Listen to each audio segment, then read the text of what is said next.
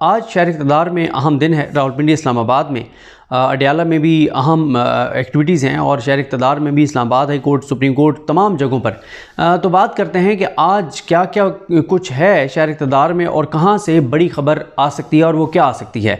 पहले बात कर लेते हैं इस्लामाबाद हाई कोर्ट के हवाले से। इस्लामाबाद हाई कोर्ट में आज जो अहम केसेस हैं उसमें एक तो इमरान खान साहब के साथ अली अमीन गंडापुर साहब मुलाकात करना चाहते हैं और अली अमीन गंडापुर साहब की जो दरख्वास्त है इमरान खान से मुलाकात की इजाज़त की, उसकी समाअत होनी है। दूसरा यह है कि इमरान खान साहब को जेल में बेहतर सहूलियात फराहम करने के हवाले से इमरान खान साहब की जो बहन है नौरीन नियाज़ी, उनकी दरख्वास्त पर समाअत है। फिर तीसरा जो बहुत अहम केस है वो है आज़म सबाती साहब के रिमांड के हवाले से जज अबुल हसनात मोहम्मद ज़ुल्क़रनैन के कंडक्ट के हवाले से, जिस पे कल बड़ी तफसील से मैंने भी वीडियो की और हमारे इस्लामाबाद हाई कोर्ट के जो रिपोर्टर्स दोस्त हैं उन्होंने बड़ी तफसील से उसको बताया कि जो अबुल हसनात हैं जो काजी फ़ाइज़ ईसा के कबीले से ताल्लुक़ रखते हैं, यानी काजी फ़ाइज़ ईसा की तरह वो जो मौजूदा इस वक्त पाकिस्तान के अंदर आइन नाफिज है, जिसको नून लीग जिस आइन को मानती है, जिसको ये निज़ाम जिस आइन को मानता है, उस आइन पे काजी फ़ाइज़ ईसा की तरह बिल्कुल डट के चलने वाले जजेज़ में से हैं अबुल हसनात मोहम्मद ज़ुल्क़रनैन, जिन्होंने साइफ़र में इमरान खान को सज़ा सुनाई थी। उनसे जवाब मांग रखा है इस्लामाबाद हाई कोर्ट के दो बड़े जजेज़ ने, मियाँ गुल हसन औरंगज़ेब साहब और अरबाब मोहम्मद ताहिर साहब ने, कि आपने 6:30-7 बजे कैसे रिमांड का फ़ैसला दिया और क्यों आप एक ही बार आपने तमाम केसेस में उसका आज़म सबाती साहब का रिमांड क्यों नहीं दे दिया, और ये क्या आपका कंडक्ट है, क्या आपका रवैया है। और वो सारा मैं आपको बता चुका हूँ कि जो रिमार्क्स उनके बारे में कल अदालत ने दिए। तो आज इस केस में अदालत जो है वो को बड़ा जुडिशल ऑर्डर भी कर सकती है, क्योंकि अबुल हसनात को हटाने के हवाले से इस्लामाबाद हाई कोर्ट के 3 जज लिख चुके हैं। 2 ये जज इससे पहले आमिर मुगल साहब के केस में और मोहसिन अख्तर कैनी साहब, लेकिन आमिर फारूक साहब इनको हटाने को तैयार नहीं हैं अबुल हसनात को, और हुकूमत भी इनको बरकरार रखना चाहती है। और अगर आमिर फारूक साहब ने वजारत कानून को भेजा है कि इनको हटा दिया जाए और वो ये नहीं हटा रहे, तो भी ये खबर कभी बाहर नहीं आई और आमिर फारूक साहब ने कभी इसका इजहार भी नहीं किया। तो आज इस हवाले से ये कोई बड़ा जुडिशल ऑर्डर भी अबुल हसनात मोहम्मद ज़ुल्क़रनैन के हवाले से कर सकते हैं।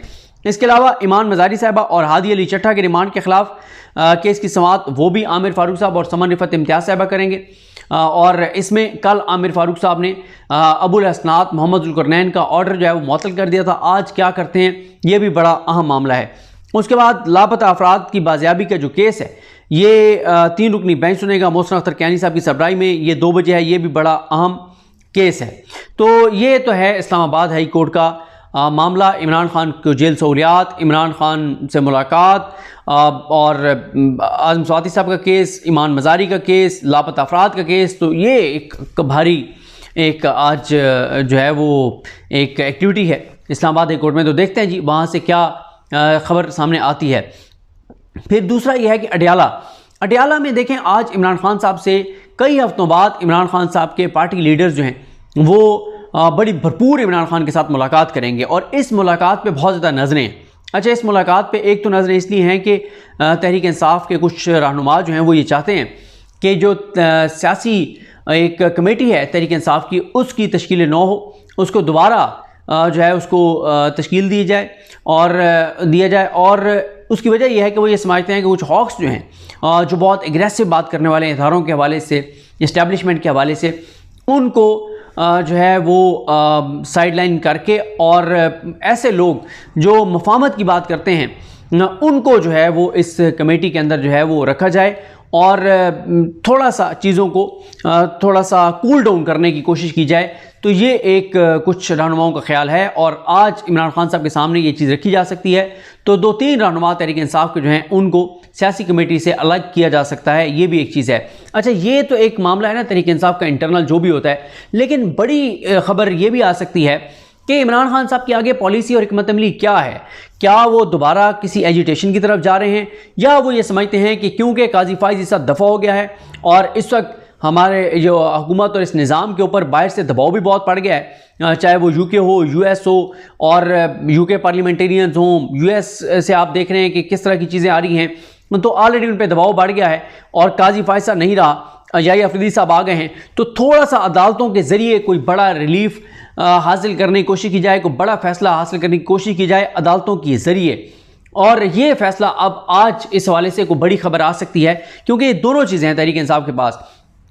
एक ये है कि अदालतों से और चीज़ों को थोड़ा सा, यानी सड़कों से थोड़ा सा चीज़ों को पीछे हटा के, टेम्परेचर को थोड़ा सा नीचे ला के अदालतों के ज़रिए चीज़ों को आगे बढ़ाया जाए और कोई बड़ा फैसला लिया जाए। एक ये राय हो सकती है। दूसरी ये हो सकती है कि ये भी हो सकता है कि तहरीक इंसाफ ये प्लान कर रही हो कि एक ऐसे ही हुकूमत और निज़ाम जो बाहर का प्रेशर बहुत ज़्यादा जिन पे आ रहा है, काजी भी नहीं रहा, तो ये बेस्ट टाइम है इस हुकूमत पर अटैक करने का, इसको टफ टाइम देने का।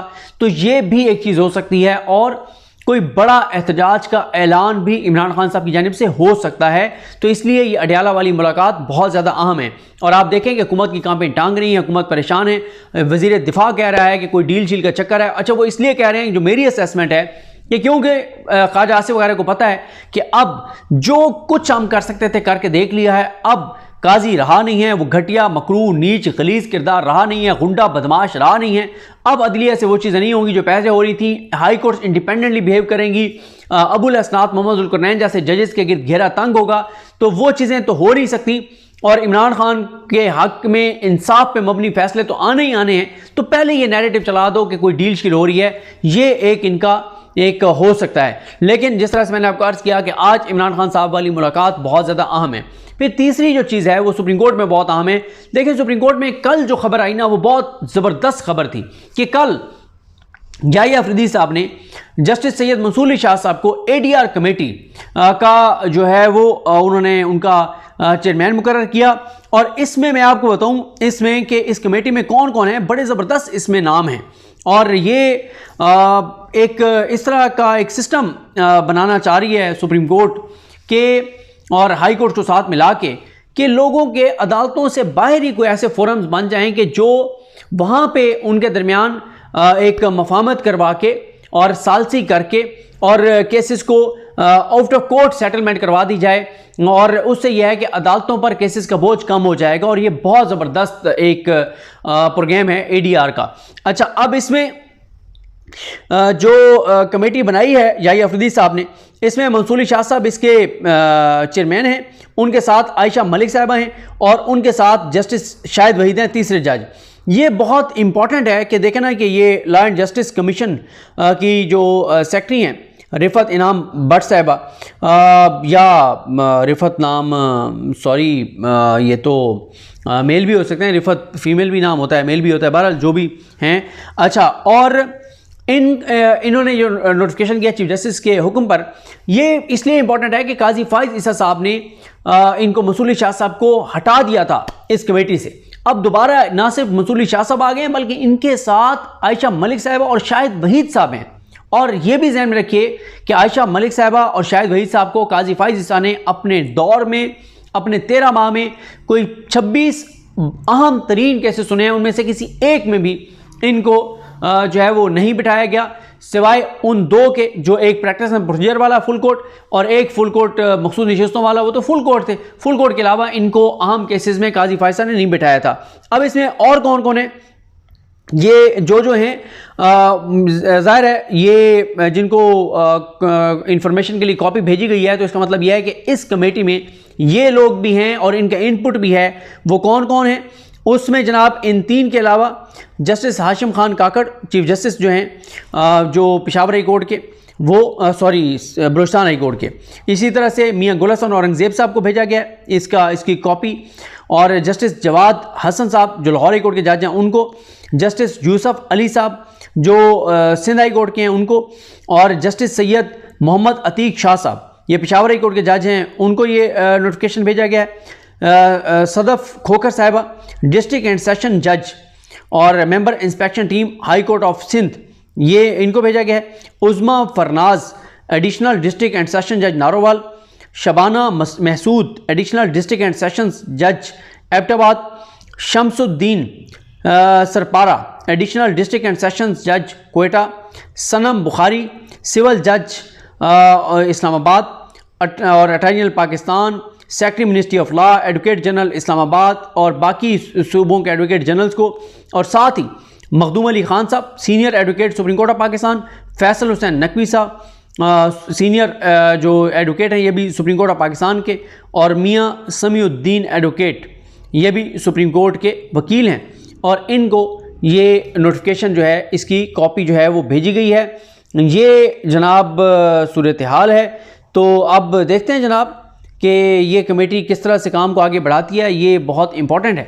तो लेकिन इसमें मैसेज बड़ा ज़बरदस्त है कि याहिया अफरीदी साहब जो हैं वो मंसूर अली शाह साहब को एक और रोल में उनको वापस लाए हैं और ज़बरदस्त तरीके से लाए हैं और ये वो काम है जो मंसूर अली शाह साहब ही कर सकते हैं। अच्छा, इसके अलावा जी आज सुप्रीम कोर्ट में मुमकिन तौर पे प्रैक्टिस एंड प्रोसीजर कमेटी का इजलास हो सकता है, अभी कंफर्म नहीं है। अगर प्रैक्टिस एंड प्रोसीजर कमेटी का इजलास होता है तो देखना है कि कौन से अहम केसेस लगते हैं, नहीं लगते। 26वीं आईनी तरमीम का मामला भी सुप्रीम कोर्ट में है, तौहीन इलेक्शन कमीशन वाला भी, 13 जजेस का जो फैसला था 8 की अक्सरियत से मखसूस नशिस्तों वाला जिस पर इलेक्शन कमीशन अमल दरामद नहीं कर रहा, उस पर कंटेम्प्ट एप्लीकेशन है सलमान राजा साहब की। फिर इंट्रा कोर्ट अपील जो चल रही है मिलिट्री कोर्ट्स वाली, उस पर लतीफ़ खोसा साहब की अर्ली हियरिंग की दरख्वास्त है और प्रैक्टिस एंड प्रोसीजर को जो ऑर्डिनेंस को चैलेंज किया गया है वो भी है। बहुत सारी चीज़ें पेंडिंग हैं, तो देखते हैं। बाकी जी आज ये भी देखना है कि जो मोहसिन नकवी साहब FIR काटना चाह रहे हैं काजी फाइजा के साथ, जो कुछ वहाँ पे हुआ है UK में, उस पर इस्लामाबाद में पाकिस्तान में FIR काटना चाह रहे हैं, वो कटती या नहीं करती। और दूसरा वो जो गीदड़ भभकी हैं कि पासपोर्ट कैंसिल कर देंगे, शनाख्ती कार्ड ब्लॉक कर देंगे, उस हवाले से क्या करते हैं। हालांकि कानून इस चीज़ की इजाज़त नहीं देता कि UK में प्रोटेस्ट करने वालों के यहाँ पे आप पासपोर्ट जो है वो मनसूख करें, उनकी शहरियत मनसूख करें, आप उनका ID कार्ड ब्लॉक करें। इसकी ये ऐसा मुमकिन कानूनी तौर पे नहीं है। और एक ऐसे वक्त में जब पाकिस्तान को ओवरसीज़ पाकिस्तानियों की रेमिटेंसेस की ज़रूरत है और सबसे ज़्यादा पाकिस्तान की इकॉनमी उनके ऊपर इन्हिसार कर रही है, उनके ऊपर डिपेंडेंट है पाकिस्तान की इकॉनमी ओवरसीज़ पाकिस्तानियों के भेजे हुए रेमिटेंसेस पर, तो आप इस तरह की गीदड़ भभकियाँ, धमकियाँ, नफरत, इससे पाकिस्तान का नुकसान होगा। इन लोगों को तो फ़ायदा होगा, ज़ाहिर है। काजी फाइज ईसा ने जितना इस निज़ाम को डिलीवर किया, जो निज़ाम चाहता है कि काजी फाइज ईसा जो है वो उसको मतलब प्रोटेक्ट किया जाए, और फिर इंतहाई बेशर्मी और ढटाई देखें। पाकिस्तानी हाई कमीशन की अगला गाड़ियाँ इस्तेमाल कर रहे हैं। भाई किस चक्कर में इस्तेमाल कर रहे हैं भाई? आप अवाम के टैक्स के पैसों की जान छोड़ दें। आपने थोड़ा पहले पाकिस्तान को तबाह और बर्बाद किया, पाकिस्तान की बुनियादें आपने हिला दी हैं, आपने पाकिस्तान को कमज़ोर किया है, आपने लोगों का एतमाद पाकिस्तान के निज़ाम के ऊपर ख़त्म कर दिया है, ब्रेन ड्रेन हुआ है, लाखों लोग पाकिस्तान से चले गए हैं, रोज़ाना 50,000 लोग पासपोर्ट अप्लाई कर रहे हैं और 20-25 हज़ार की कैपेसिटी है। 50,000 पाकिस्तानियों को बताया गया कि वो इराक में गैर कानूनी तौर पर बैठे हैं, डंकियाँ लगा के लोग इस मुल्क से जा रहे हैं। क्यों? क्योंकि 8 फरवरी के इंतखाबात में जो काजी ने इस मुल्क के साथ किया है, लोगों को नजर आ रहा है कि मुल्क अगले 30-40 साल लग जाएंगे इस मुल्क को 2-2.5 साल पीछे वाली पोजीशन पे वापस आने में। इसलिए लोग तेजी से मुल्क छोड़ के जा रहे हैं और ब्रेन ड्रेन हो रहा है। कंपिटेंट लोग जा रहे हैं, डॉक्टर्स जा रहे हैं, इंजीनियर जा रहे हैं और लायक लोग पाकिस्तान के जा रहे हैं।